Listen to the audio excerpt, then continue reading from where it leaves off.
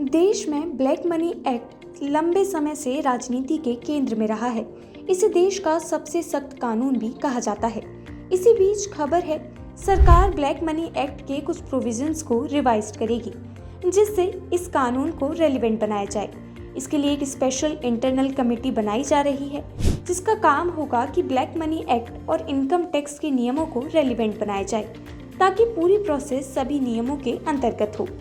इसमें कमेटी कानून के कुछ सख्त नियमों को रिव्यू करेगी, जैसे इस कानून में बहुत भारी जुर्माना लगाने और विदेशी संपत्ति की जानकारी ना देने पर मुकदमा शुरू करने जैसे कठोर नियम शामिल हैं।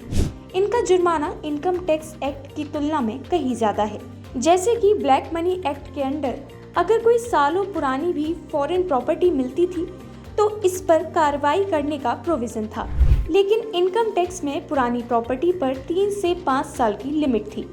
इसके अलावा बीएमए के नियमों के अंडर अनडिक्लेयर्ड प्रॉपर्टी पर 30% टैक्स और 90% पेनल्टी लग सकती है, यानी टोटल 120% की लायबिलिटी। वहीं इनकम टैक्स के कानून में मैक्सिमम 90% तक की लायबिलिटी होती है। साथ ही बीएमए में फॉरेन प्रॉपर्टी की डिटेल्स ना देने पर ही केस दर्ज हो सकता है, भले ही वो प्रॉपर्टी टैक्स चुकाए गए पैसों से खरीदी गई हो। अगर बीएमए के तहत टैक्स लायबिलिटी बनती है तो ये पीएमएलए के अंडर क्रिमिनल प्रोसेस चलती है।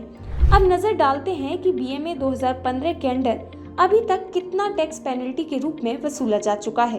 तो संसद में एक जवाब में वित्त राज्य मंत्री पंकज चौधरी ने बताया था कि 2015 से 31 मार्च 2025 तक टैक्स लायबिलिटी के अगेंस्ट 338 करोड़ की रिकवरी की जा चुकी है। हालांकि कुछ सोर्सेज ने खबर भी चलाई थी, 2024 तक स्विस बैंक्स में इंडियन डिपॉजिट 37,600 करोड़ तक पहुंच गए हैं।